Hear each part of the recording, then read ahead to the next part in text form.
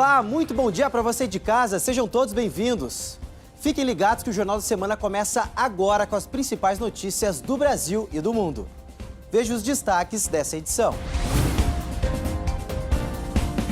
Discretamente, os agentes desceram do carro, foram até a mesa e deram voz de prisão ao traficante. Nas redes sociais, a namorada e a irmã mais velha homenagearam o ator.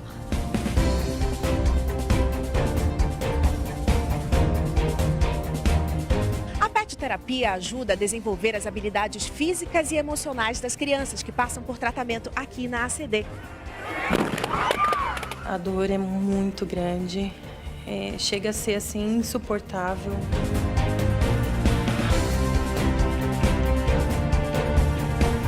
O crime aconteceu em uma das salas do cinema que fica no shopping aqui de Dourados.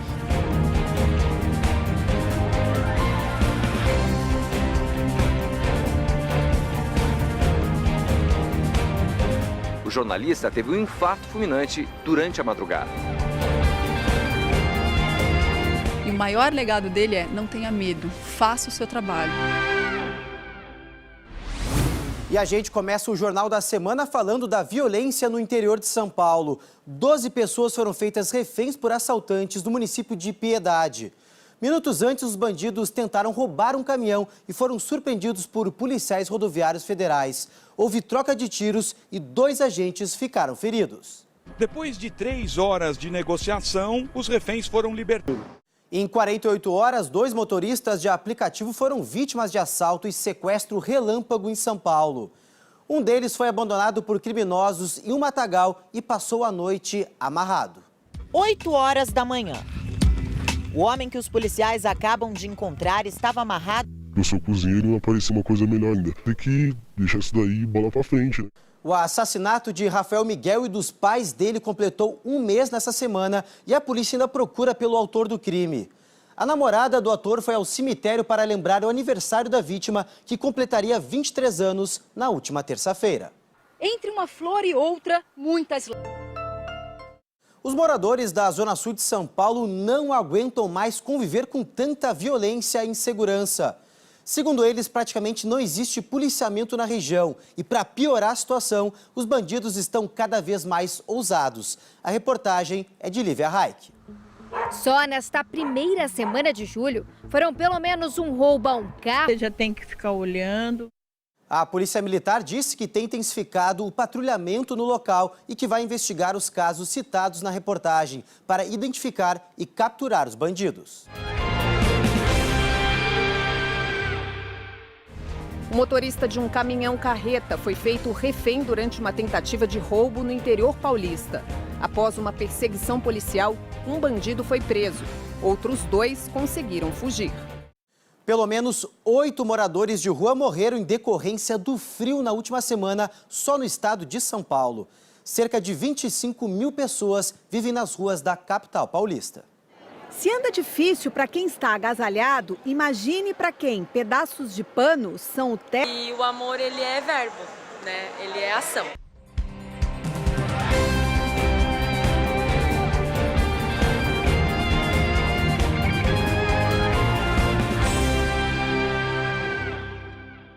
Foi implantado nessa semana em todo o país o cadastro positivo. A nova ferramenta deve ajudar os consumidores que são bons pagadores a conseguir crédito facilitado. Nelson e Ana. A taxa de juros também cai. Um tumulto num evento para cadastrar comerciantes em uma festa local na Paraíba deixou vários feridos. Esta mulher teve sangramento na cabeça e foi atendida pela equipe médica. Há 10 anos entrava em vigor a lei que regulamentou o microempreendedor individual, conhecido como MEI. Do fim do primeiro ano de vigência até agora, o número de microempreendedores formalizados no país aumentou 24 vezes. Peças estampadas de estilo retrô. Quem criou foi a Jordana, que durante 7 anos... Merkel tremeu enquanto estava ao lado do primeiro-ministro da Finlândia, Antti Rinne, após um encontro em Berlim. Em seguida, a chanceler deu uma entrevista afirmando que está bem de saúde e que não há motivos para preocupação. É a terceira vez em menos de um mês que Angela Merkel apresenta tremores em público. Para este médico neurologista ouvido pelo SBT Brasil, o sintoma pode ter sido provocado pelo estresse. Trata-se de uma primeira-ministra de uma potência mundial como a Alemanha, já há muitos anos no cargo, e que, claro, está submetida a um regime constante de estresse, de exigências de trabalho, com períodos de repouso nem sempre favoráveis e alimentação também nem sempre favorável. O Vaticano abriu 2 túmulos para tentar encontrar o corpo de uma adolescente que desapareceu há mais de 30 anos. Mas a operação trouxe à tona um outro mistério. Eram 8h15 da manhã no Vaticano, quando os profissionais começaram os trabalhos para abrir os túmulos do cemitério que fica dentro. O Irã ultrapassou o nível de enriquecimento do urânio estabelecido pelo acordo nuclear de 2015. Eles ameaçaram e a promessa foi cumprida. O CAD, o Conselho Administrativo de Defesa Econômica, afirmou um acordo com a Petrobras que quebra o monopólio da estatal no mercado de gás natural. Com a concorrência no setor, o preço para o consumidor a longo prazo poderá cair. Se no seu carro o combustível é a gás, sim, o preço poderá diminuir. Queda vantajosa de tarifa. Agora, atenção pessoal de casa, fazer compras na feira está mais caro. O frio e a geada causaram estragos no campo, prejudicando principalmente as plantações de verduras. Resultado, preços mais altos para feirantes e, é claro, para nós, consumidores. As temperaturas caíram e o brasileiro percebe o frio não só na pele. No bolso, mas feiras ainda serão caras. E olha só que legal essa iniciativa. Crianças que fazem tratamento na Associação de Assistência à Criança Deficiente, a ACD, receberam uma visita especial de um cachorrão. A boa ação tem como objetivo diminuir o estresse, aumentar a autoestima da criançada, além de entreter os pequenos. A reportagem é da Márcia Dantas. Todo mundo queria ter a vida boa desse cachorro. É carinho pra cá, foto pra cá.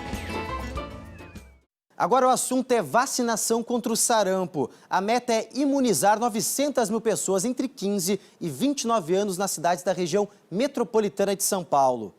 Na capital paulista, o objetivo da campanha é vacinar 2.900.000 pessoas. Aos 17 anos, Guilherme nem sabe direito o que é a doença. Eu acredito que todo mundo deveria ter esse cuidado. Uma barragem transbordou e alagou 2 municípios no interior da Bahia. 10 mil moradores da cidade de Coronel João Sá precisaram deixar as casas. Em outra cidade, Pedro Alexandre, a prefeitura decretou estado de calamidade e emergência.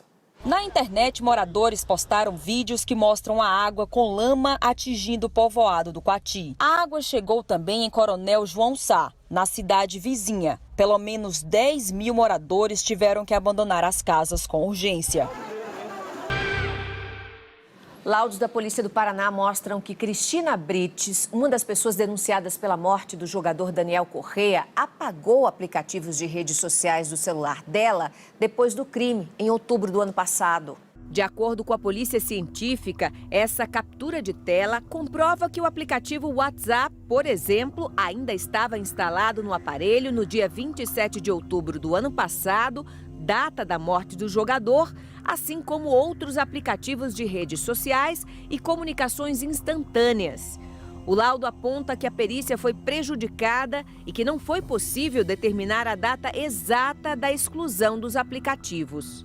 Um levantamento do Observatório da Segurança mostrou que houve um aumento de 20% no número de mortes em abordagens policiais no Rio de Janeiro, em comparação com o mesmo período do ano passado.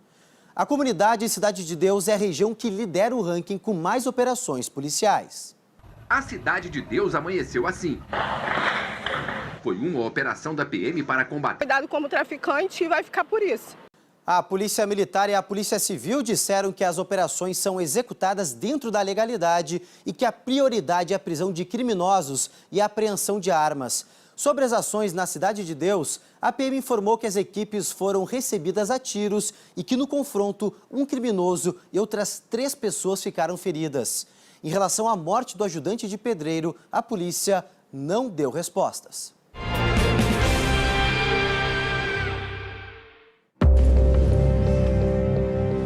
A parede falsa na cobertura do prédio de luxo era um esconderijo do dinheiro da máfia italiana. Reportagem dessa, as pessoas têm que realmente nos visitar para nos conhecer, para acreditar, para entender que o nosso trabalho é honesto.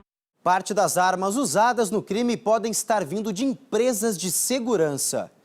Um levantamento da Polícia Federal mostra que muitas têm sido desviadas, furtadas ou roubadas. Em 5 meses, 91 armas saíram de empresas privadas e foram parar nas mãos do crime organizado. Apenas a ponta de um iceberg. O empresário é suspeito de abusar sexualmente de crianças e adolescentes no Rio de Janeiro. Segundo as investigações, ele dopava as vítimas.